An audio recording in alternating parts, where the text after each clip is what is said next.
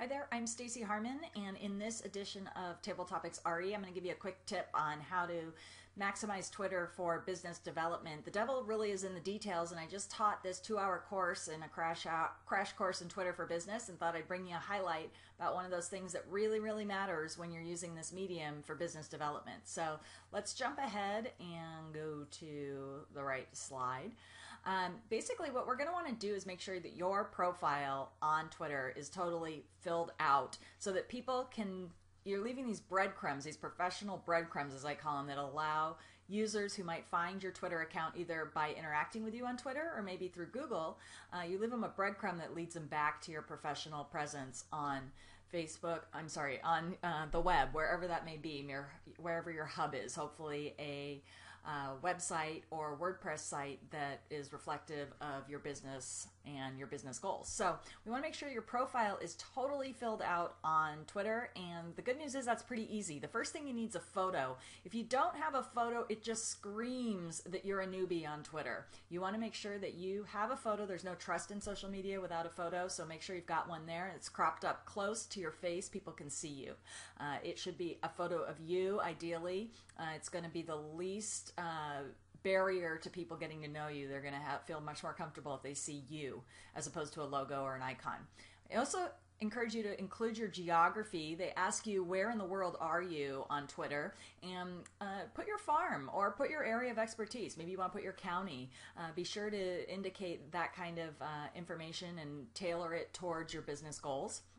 You want to also include a URL to your website, again, to your hub, so that you've got this breadcrumb where people who are curious about you or enjoy the interaction they have with you are able to go back and find out much more about you, research you, and have that lead to your business hub as well.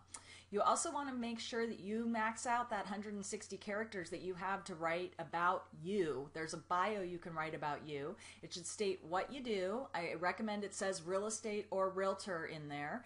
It also, you should put in something that you love or something you're passionate about, something that's relatable, gives people a reason to kind of get to know you. It doesn't have to be grammatically correct, it doesn't have to be a full complete sentence. It certainly can, but because there's only 160 characters, you want to be concise, and you want to make sure that you're communicating what you do and what you love really quickly. I'll give you an example in a minute. I also advocate that you go to twitter.com and make sure that you fill out a custom background. Again, just by changing and making sure the background and your photo, you're speaking volumes to your level of professionalism on Twitter.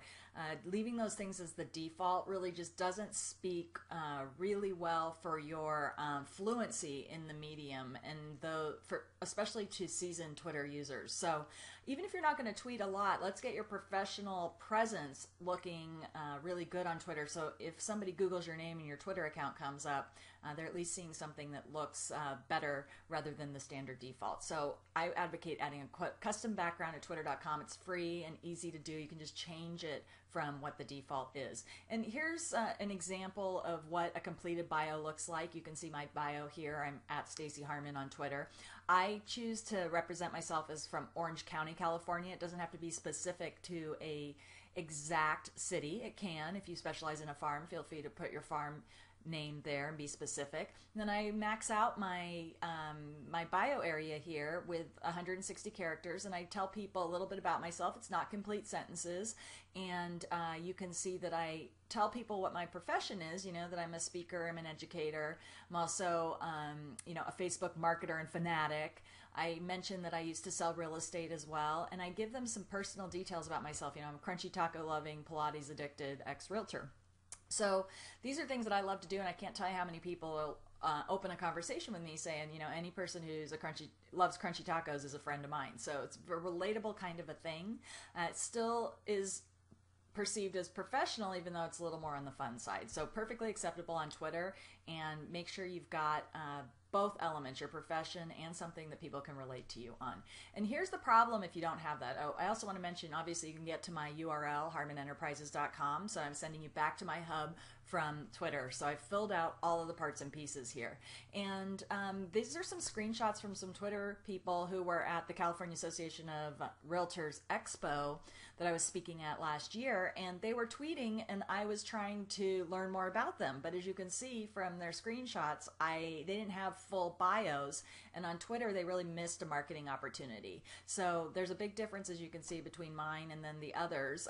You know, Mark's done a pretty good job at least getting his photo and a link in there, so that's a step up, but there's just a missed opportunity if you don't have all the parts and pieces filled out. So that's my tip for today. Make sure you've got all your bio totally filled out, even if you're not going to be tweeting. That way when people find your account, they at least can get directed back to you and learn something a little bit more about you. It takes just a couple minutes to set up. You log into your account and go to the settings, modify the settings on your profile, and you're done. So with that Twitter tip, hopefully you guys are going to have complete profiles. And if you have any questions about that, please don't hesitate to write them in the comments of this post. And we hope you found this helpful. We'll see you next time. Bye-bye.